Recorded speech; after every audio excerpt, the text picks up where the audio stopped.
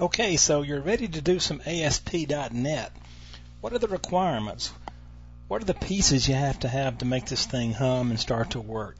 Well, first of all, you need Windows 2000 or XP. I don't want to get into issues about earlier operating systems here. I just want to concentrate on ASP.NET. So for now, let's say Windows 2000 XP.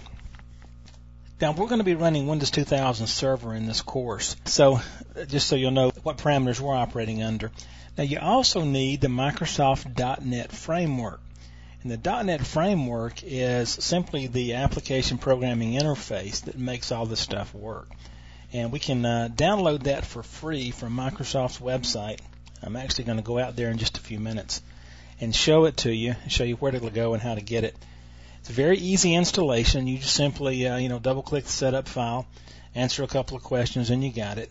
And ASP.NET is included in the .NET Framework. Now, in actuality, you're going to see in the documentation there that ASP.NET is simply a group of classes in a couple of namespaces that we're going to use to give us ASP.NET functionality.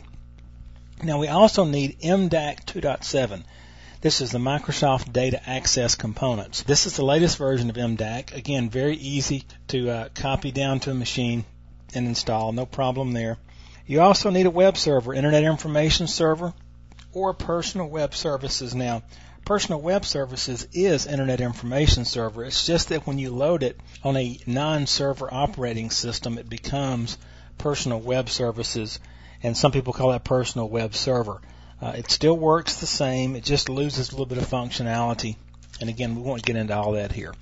Now, let's talk about what we actually use to code ASP.NET.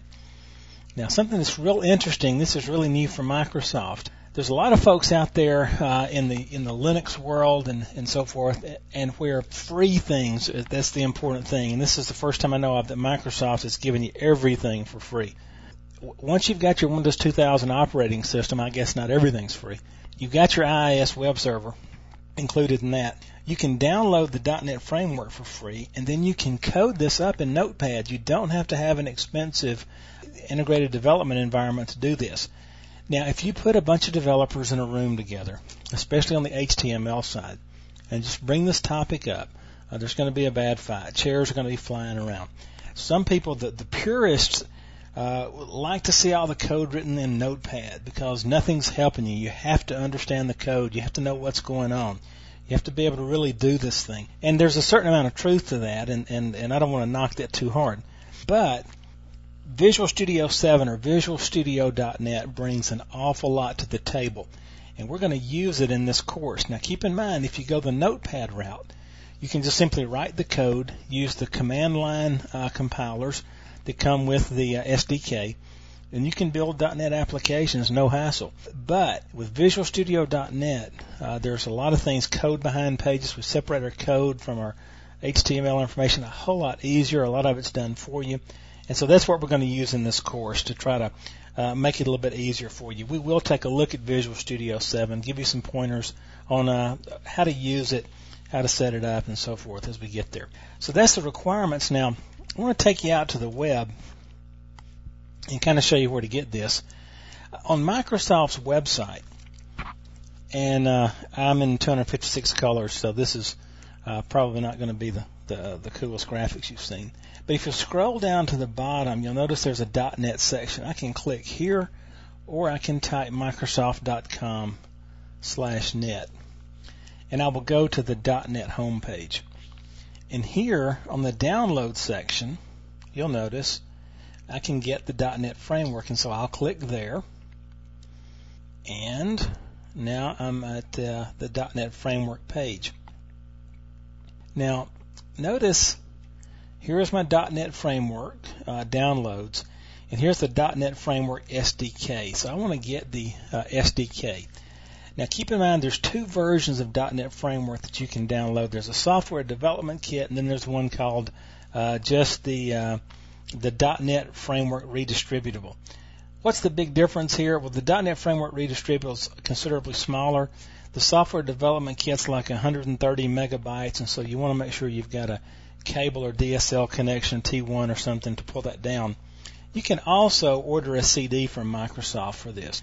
But notice that on this, we're going to download the software development kit. Then we'll install it on our machine.